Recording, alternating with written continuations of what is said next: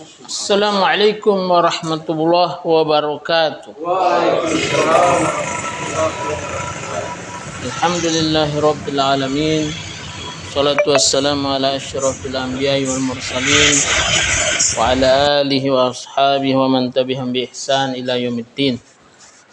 Alhamdulillah saya bisa berdiri lagi dengan bapak-bapak sekalian, dan ini merupakan karunia buat saya, nikmat, sangat nikmat bertemu lagi. Dan ada yang sudah pernah bertemu di sebelum COVID, ya, masih suka di sini. Ya. Kemudian ya, alhamdulillah kita mengambil sedikit waktu rekan-rekan sekalian supaya kita berbincang-bincang tentang iman, ya.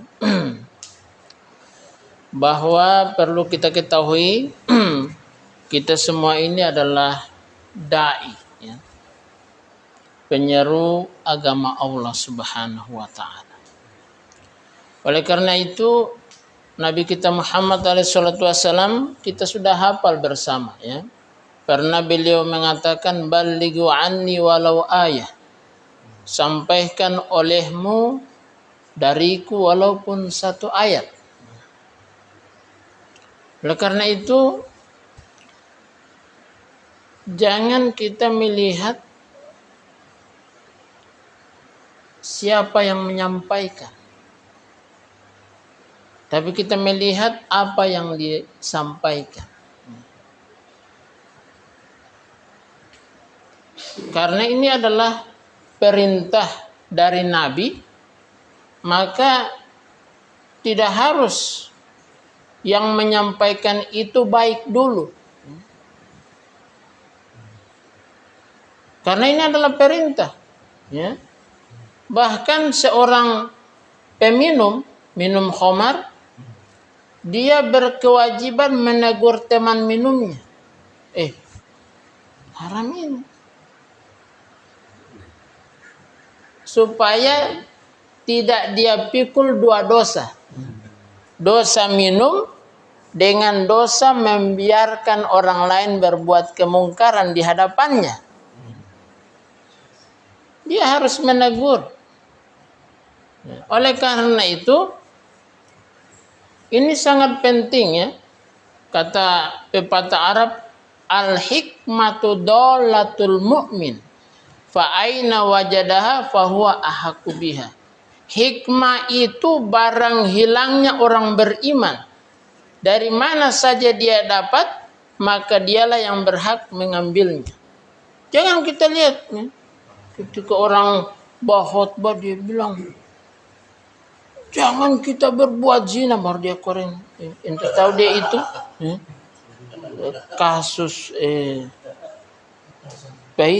peistro, perampas istri orang. Jangan bilang begitu. Jangan kita lihat siapa yang menyampaikan, ya. Jangan mencuri, baru yang Badengar bilang, anak kiri jaga mencuri di kampung dia.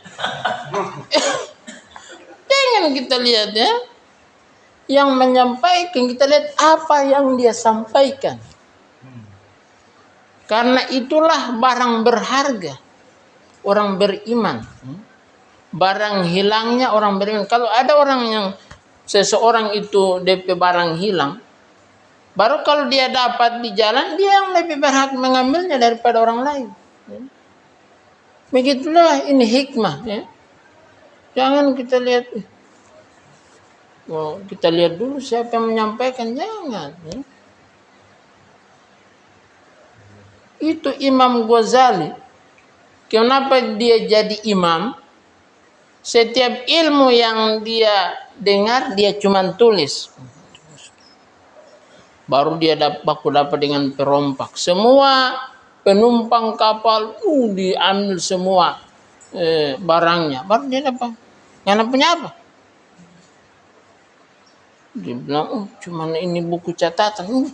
Dia rampas. Jangan dulu. Kita pencatatan ilmu itu. Baru ketua perompak bilang, ilmu cuman ditulis. Ilmu itu di dada. Harus dihafal. Jadi tersentuh itu Imam Ghazali dengan lontaran kalimat hari ini, ketua perompak perampok ini. Jangan kita lihat yang menyampaikan. Karena kita semua ini rentan mengadakan kesalahan. Dan sebaik-baik orang yang mengadakan kesalahan adalah orang yang mau bertobat.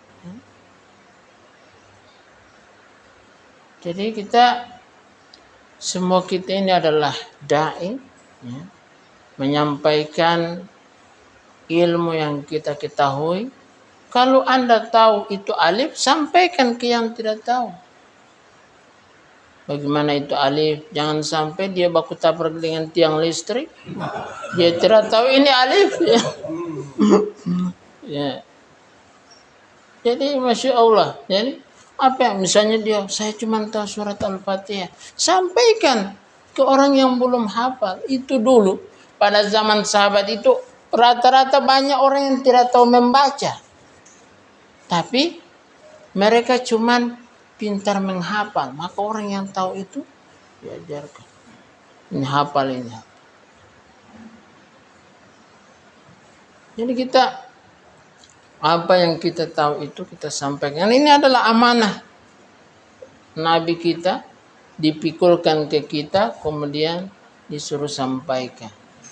Jangan menunggu, agama kita tidak mempersyaratkan harus yang menyampaikan itu baik dulu. Tidak. Kalau menunggu baik dulu, cuman para nabi yang berhak menyampaikan agama ini.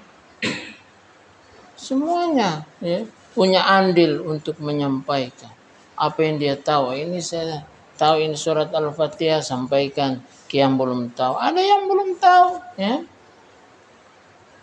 Misalnya dia namanya surat Al-Fatihah, misalnya dia cuman hafal 3 ayat. Kalau dia mau sholat, pakai 3 ayat dulu.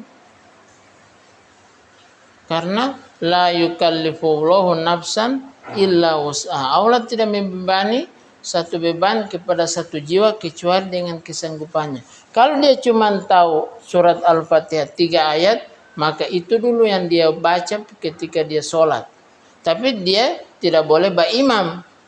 Kecuali dia boleh ba'imam ke jamaah juga yang cuma hafal 3 ayat. Ya, atau 2 ayat kurang. Jangan 3 ayat dia DP makmum hafal 7 ayat. Ya, jadi cuman Bismillahirrahmanirrahim. Alhamdulillah. Ar-Rahmanir-Rahim. Allahu Akbar. Baru waladhdallin. Nah, jadi tidak boleh yang baru hafal 3 ayat jadi imam ke yang hafal 7 ayat. Kecuali selevel. Mana hafal berapa ayat? Cuma 3 ayat. Sama. Kita imamnya. Iya, sama. Tapi kalau misalnya dia datang. Yang datang ini hafal 7 ayat. Nah, boleh, ini boleh. Ya. Boleh yang hafal 7 ayat itu kasih geser itu yang 3 ayat. Belakang dulu kan ya. Anda Mbak Imam. Jangan juga yang 3 ayat ngotot. Kita seduluan, bukan. Boleh dalam agama. Boleh dia kasih geser. Atau kalau dia mau paksa jadi makmum, tidak sah dia sholat. Karena dia makmum ke yang cuma 3 ayat. Begitu. Jadi misalnya dia lebih dulu jadi makmum. Tidak tahu cuma 3 ayat yang dia baca. Boleh dia dalam hatinya memisahkan diri. Badannya tidak berpisah tapi dia niat berpisah. Memang gerakannya terlihat sama tapi sebenarnya dia sholat sendiri. Begitu. Dalam hatinya dia berpisah.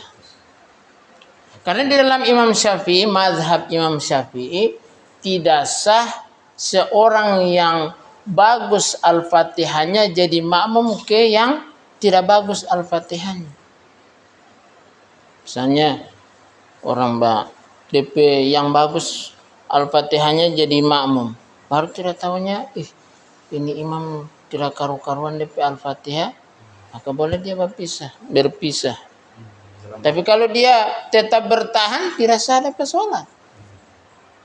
Daripada tidak sah, lebih baik dia berpisah. Berpisah, menyendiri, maksudnya sholat sendiri ini. Tapi dalam gambarannya dia ikut bersama. Kalau dia tidak sama kan bikin fitnah.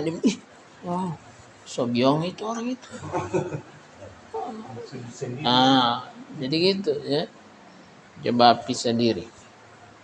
Karena dalam mazhab Imam Syafi'i tidak sah seorang yang makmum yang bagus Al-Fatihahnya jadi makmum ke yang tidak karu-karuan Al-Fatihah. Kecuali makmum yang sama level, tidak karu-karuan juga DP Al-Fatihah. Begitu. Kira-kira sampai di situ ada pertanyaan?